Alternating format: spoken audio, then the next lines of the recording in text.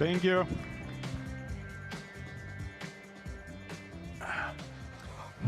So there's this perception that nobody would pay for social media.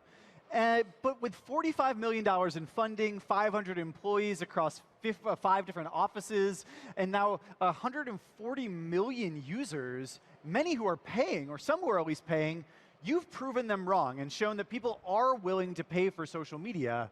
How have you done that? OK, so maybe I should start with the founding story, how it started.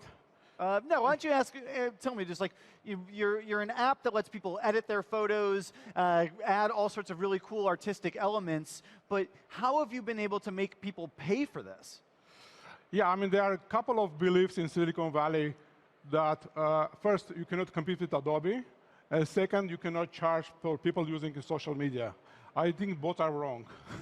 So, honestly, when we pivoted to a subscription model, we were expecting to see our growth to be slower, but it's not happening. So we see strong growth. We still see increase of monthly active users.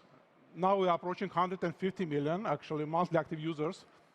If we compare with the country, we'll be bigger than Russia in terms of our monthly active users. And if we have about 700 million installs, so again, like to put in a perspective, it's like every smartphone users in the United States installs us 3 times. Right. So yeah, we are not seeing any impact on our growth when we switch to a subscription model. I think a lot of companies worry that if they add premium features, then all of a sudden they're going to lose a lot of their growth because people are going to say, oh, I don't get everything for free. I have to pay for the good stuff. It's only the less useful stuff that's free. So why would I even use this app or get my friends to use it? But did you guys see that? And how do you decide what features should be free or premium as you try to balance growth and monetization? Yes, that's a very good question. When we switch to a subscription model, actually, our users, some of our advanced users ask us to switch to the subscription model because, first, they don't want to see ads, and second, they want to see more premium features. When you are building a product for free, you are really not thinking about your users as your customer. Because your customer is a business, advertisers, who is paying for using the product, right? So basically, you are optimizing your product not for your end user. You are optimizing your product for the business. Right. And that's why Facebooks and other social networks, they measure like how much time people spending in their app because that's the time they can monetize. In our case, because we are allowing people to create stuff, we see like it's not about how much time they spent, but how many edits they did, right? And if we provide them better tools, they can do more edits. They can do more creative stuff. And optimizing our product for end user, who is also a customer, we're making the product better for them. So that makes sense for why you had the freemium features, but I must imagine it's difficult to decide, does this feature, like your sketch feature, for instance, which lets you draw kind of like an automatic silhouette of somebody next to their body, it gives this really cool kind of ghostly effect. You made that free. How did you decide to make that free instead of making it premium so that when people came in and wanted to use it, they'd have to pay? Right. That's a very good question. And I believe people in this audience probably notice our effect in Instagram and other social networks because it's a very viral filter. So it's if you don't see it, it's like you take a selfie and it's kind of outline your like a face and it's making like a sketch. So we often decide if this feature is free or premium based on the potential to be viral. Because Sketch is supposed to be such a viral feature, so it's contributing to our growth. And that's why we make it free. And it's also, I mean, we should, because we never, when we we switch to subscription model, for example, we didn't take anything which was free and move it behind the paywall. No, actually, we did exactly like TechCrunch did. So we just initially we just remove ads for premium users and provide premium content. That was our initial move, right? Yeah, I think that's a really smart strategy, because if you take the things that are going to grow your app and make them free, but then you take the things that might drive a lot of value for a few users, the most hardcore users, and you make those premium, you can still grow and use that as the top of the funnel to convert people. And I'm personally really happy that TechCrunch didn't do what a lot of blogs did with ExtraCrunch, and instead made it so there's new types of content that we have there, rather than just taking existing articles and stuffing them behind a paywall, which I think we all know is really annoying. And by the way, I really enjoyed that feature. So that's good. OK, are you guys profitable now? We are not profitable, but we control our destiny. I mean, we are still spending on marketing and R&D, et cetera. We can become profitable, we decided, but we're still investing in our growth. Cool.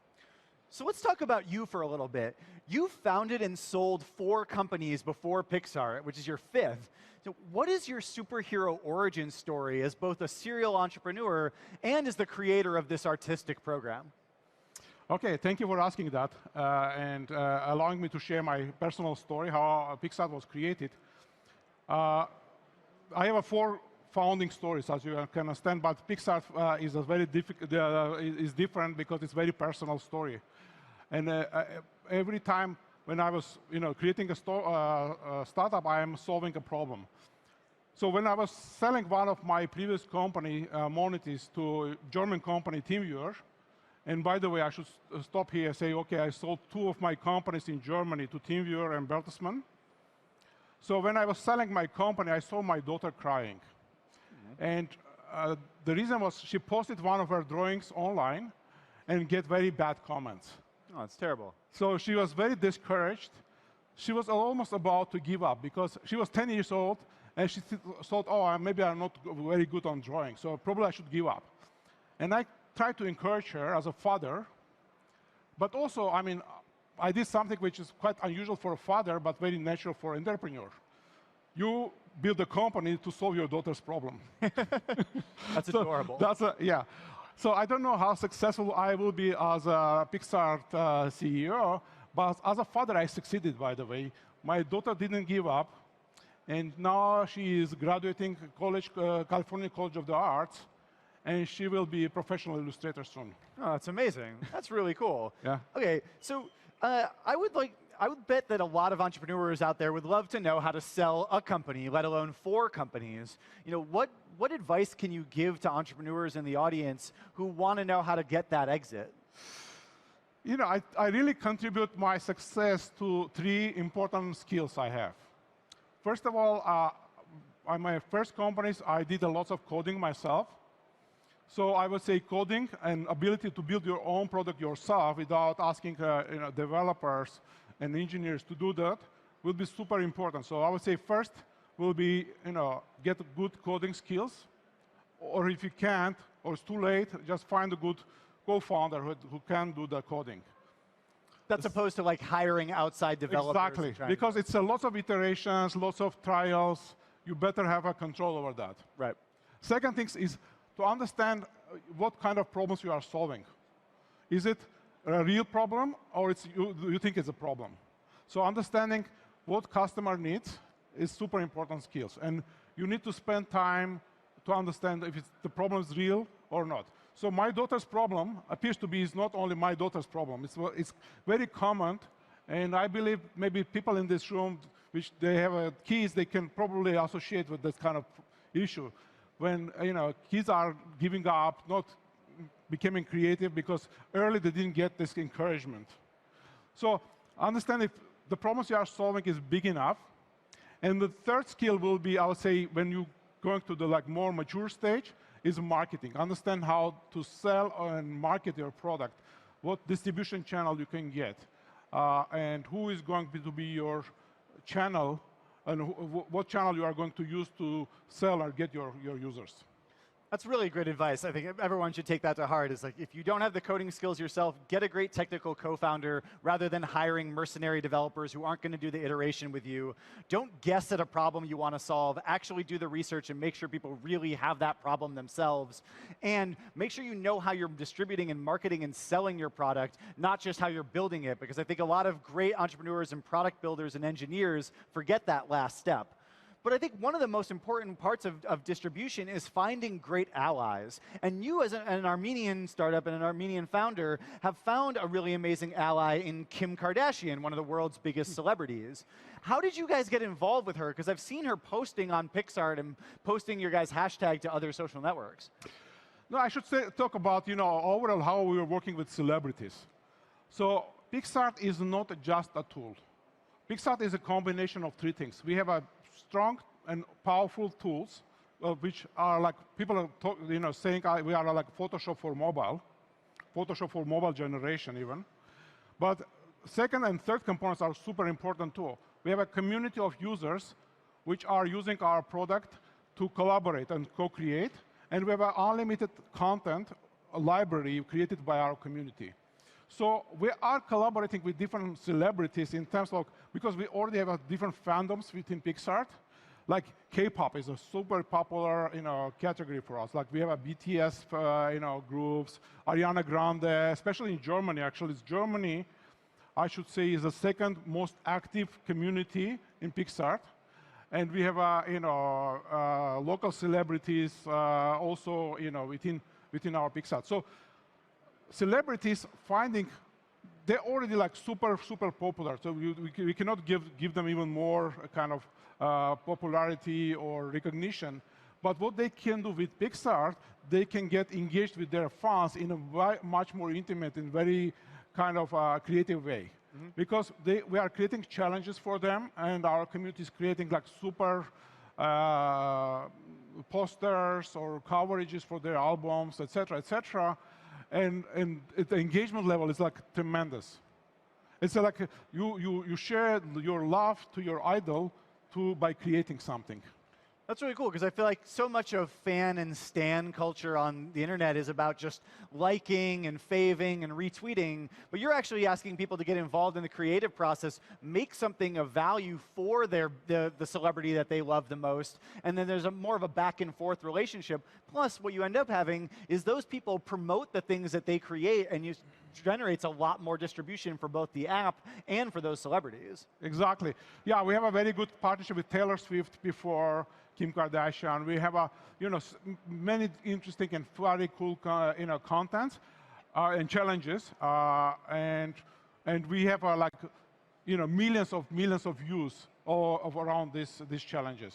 So is Kim Kardashian an investor in the company? She is not. She's a partner. She's a partner. So is she being paid in equity for her work with the company? No, we didn't pay equity for her. So you guys are paying cash for her? No, we didn't. I cannot disclose details. We do a kind of collaboration with her.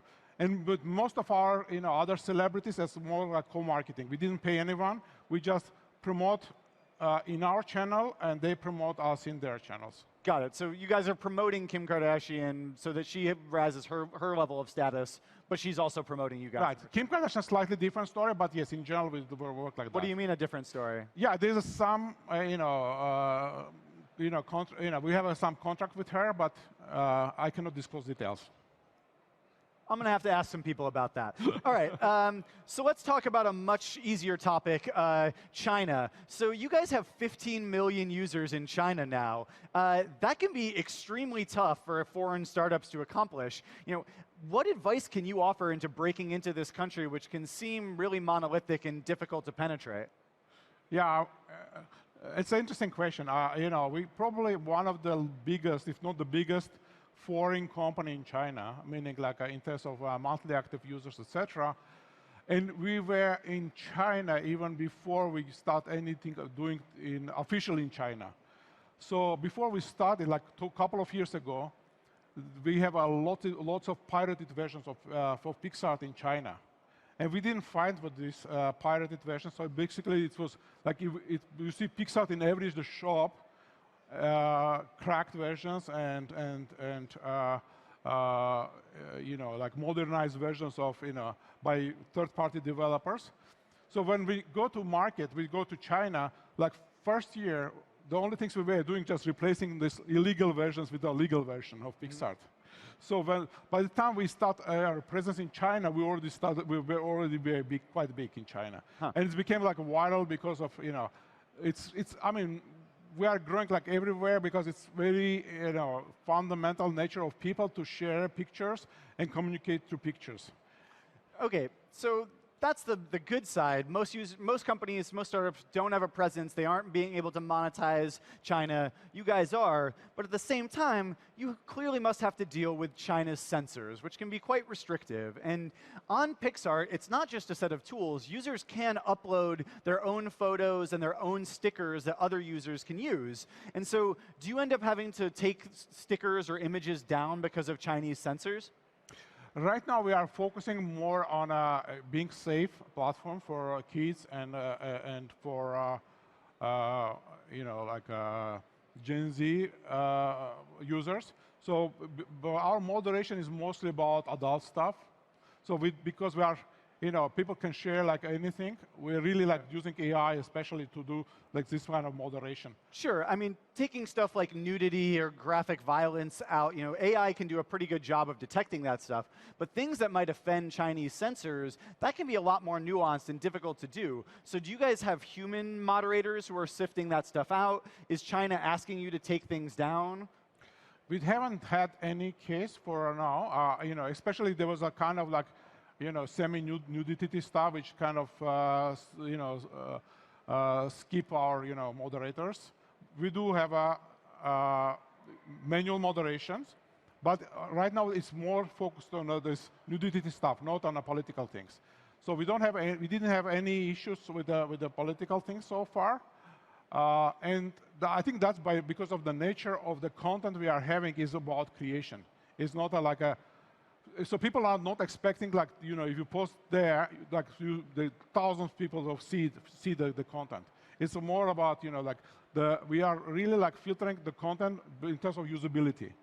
So you say that you haven't had problems with China's censors yet. I hope that I haven't started these problems. I posted right before this panel a photo that I found on your app of the Hong Kong protests. And then I took a sticker that I found on your app as well, which was the Chinese president dressed as Winnie the Pooh, which apparently he's not that into. And I shared that to your guys' feed. Is that the kind of thing that could get your app banned? Or if the Chinese censors come and say you have to take this down, will you remove it?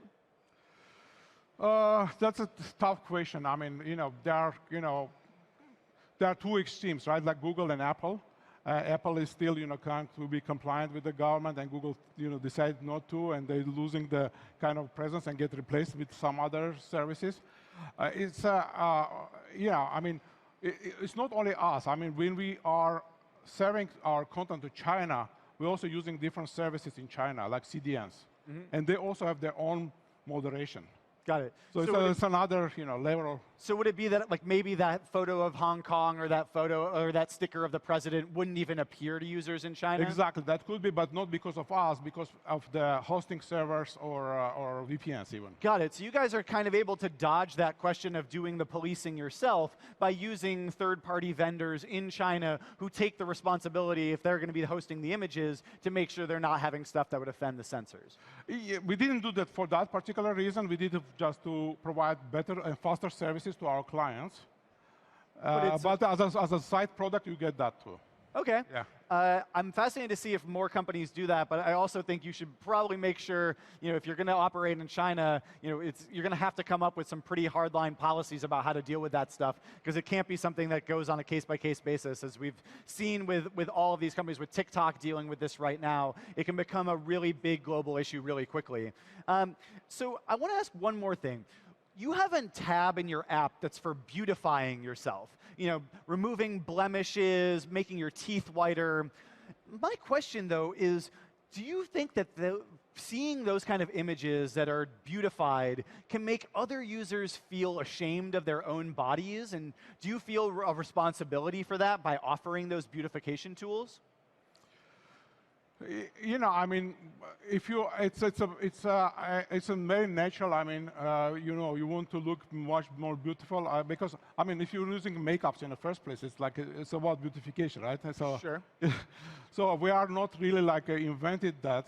We're just providing tools which make it better than anyone else.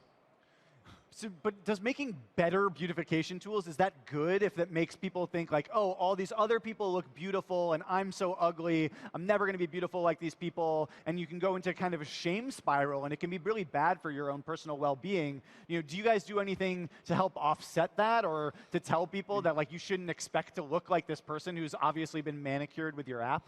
Actually, yes. We actually have another feature which is planning to do is like uglify yourself. Yeah. So, you know, not only just beautify, but make you ugly, and just have fun. So we're providing tools. I mean, how people are using them. I mean, just to make you nicer, or you know, we have a very large group of our users which are moving to prosumer market, right? And for prosumer, they start doing like banner ads, etc. And for banner ads, they need to use like models and, and nice faces to put on them as a banner, right? So it's not only like make yourself nicer, it's more so like, you know, make a nicer face for your display ad. Cool. I would definitely like to see you guys doing more to make sure people know it's okay to be themselves, even if they want to beautify themselves or others. So one final question, you guys have succeeded in being a premium social network selling tools, yet very surprisingly, Facebook, Instagram, even Twitter, where it's all about hardcore users, they don't offer any real premium features. Do you think we're going to see Instagram or Twitter launch their own premium versions? And what kind of features would they give that people would want? I wish to have that kind of option when I'm using Facebook or Twitter, to have a like premium subscription and opt out of these ads, and maybe having some even like premium advanced features. So like a couple of networks do that pretty successful, including us. So like YouTube or LinkedIn, I'm paying for these two networks, and I'm using these networks, and it's good. If, for example, if Facebook decided to switch to or provide the option to opt out from the ads and provide some like maybe like premium content, etc., I think I'll be happily paying like $10–15 a month to use this feature. And even like 5% of people that just convert to the paid, it will be like $15 billion revenue for Facebook alone. Good. Quick raise of hands in the audience. Who out there would pay to stop seeing ads on Instagram or Twitter or something like that? Yeah, maybe it's only 5%, but that still can be a lot when you're talking about billions of users. So I also hope that by providing these kind of premium features the way that you guys are pioneering, we'll see these companies stop relying on surveillance and data collection and give users an opportunity to say, hey, I want to be able to use your service. I want to connect with my friends. I don't want to have to give you all my data in exchange for that. And you guys have managed to do that. So congratulations to PicsArt, and thank you guys for watching. Cheers. Thank you. Thank you very much. Thank you.